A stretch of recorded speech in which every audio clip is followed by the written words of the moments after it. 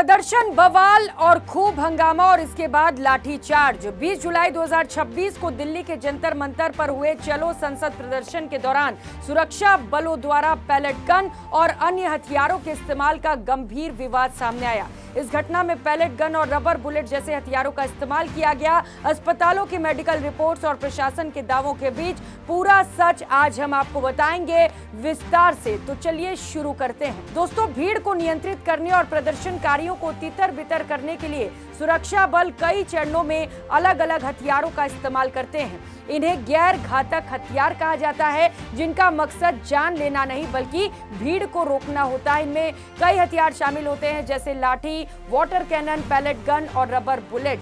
सबसे पहले समझिए कि पुलिस की लाठी कैसे बनती है, जो इतनी ज्यादा मजबूत होती है और इसी से पुलिस प्रदर्शनकारियों का पिटाई करती है। ये भीड़ नियंत्रण का सबसे पुराना और प्राथमिक पारंपरिक हथियार है।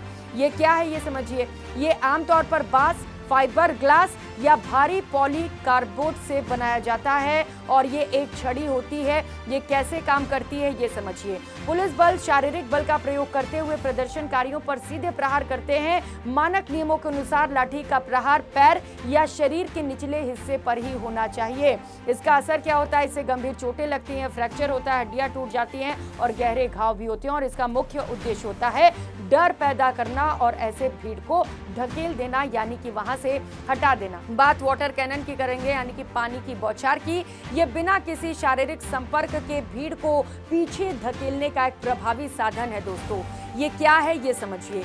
ये एक विशेष ट्रकों या दंगा नियंत्रण वाहनों पर लगी हाई प्रेशर पानी की तोप होती है। आपने शायद देखा भी होगा। ये कैसे काम करता है? इसमें बहुत तेज गति और दबाव यानी कि प्रेशर से पानी को, जो मोटी धार होती है, उसे प्रदर्शनकारियों पर छोड़ा जाता है, जिससे कि वो वहां से भाग जाएं और इसमें उन्हें बहुत ज्यादा चोट भी नहीं आती है। इसका असर क्या है? पानी का भारी दबाव इंसानों को जमीन पर गिरा देता है और उन्हें आगे बढ़ने से रोक देता है। अत्यधिक ठंडे मौसम में इसके इस्तेमाल से हाइपोथर्मिया यानी कि शरीर का तापमान गिरना बहुत खतरनाक भी हो सकता है। और अब बात पैलेट गन की, जिसकी खूब चर्चा है आजकल। एंटी रॉयड पंप ये वर्तमान में सबसे विवादित दंगा नियंत्रण हथियार है दोस्तों, जिसे कश्मीर के बाद अब मुख्य भूमि के रूप में प्रदर्शन में यूज किया जाता है, इसका इस्तेमाल किया जाता है। ये क्या है?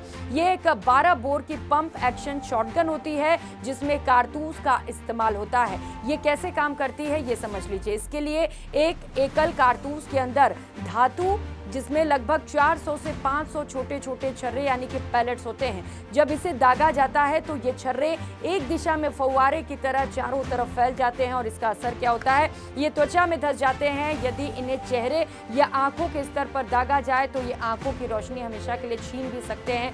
धातु के छर्रे शरीर के अंदरूनी अंगों को भी नुकसान पहुंचा सकते हैं। अब बात रबर बुलेट की कर लेते हैं। रबर बुलेट क्या है?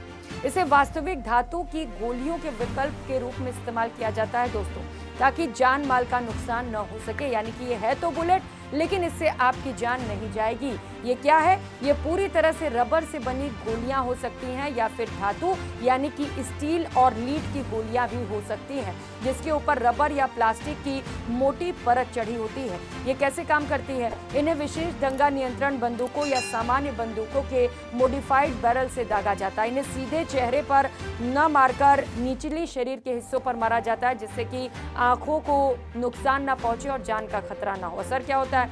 रबर की परत होने के बावजूद इनकी गति तेज होती है। पास से लगने से ये त्वचा को फाड़ भी सकती है, हड्डियां भी तोड़ सकती हैं और गंभीर अतिरिक्त रक्तस्राव हो सकता है, यानी कि एक्सेस ब्लीडिंग भी हो सकती है। तो ये खतरनाक भी हो सकता है। हालांकि ये जो तमाम वेपन्स यूज किए जाते हैं पुलिस के द्वारा, इनका कोई जान माल का नुकसान नहीं होता है, यानी कि जो प्रदर्शनकारी होते हैं उनके जान को खतरा नहीं होता है। तो कमेंट करके बताइए कि आपको ये जानकारी पहले से पता थी और क्या आप भी कभी इन तमाम चीजों का सामना किए हैं, क्योंकि जंतर मंतर पर इस वक्त बड़ी संख्या में जो प्रदर्शनकारी हैं वो इकट्ठा हुए हैं और लगातार पुलिस की ओर से इन तमाम चीजों का इस्तेमाल किया जा रहा है। इन दिनों खूब चर्चा पैलेट गन को लेकर हो रही है, जहां पर प्रशासन तो ये कह रहा है कि हमने पैलेट गन का यूज नहीं किया है, लेकिन जो प्रदर्शनकारी हैं वो ये कह रहे हैं। इस प्रदर्शन में कई प्रदर्शनकारी घायल हो गए हैं। इन तमाम बातों पर अपनी रिएक्शन हमें जरूर बताइएगा।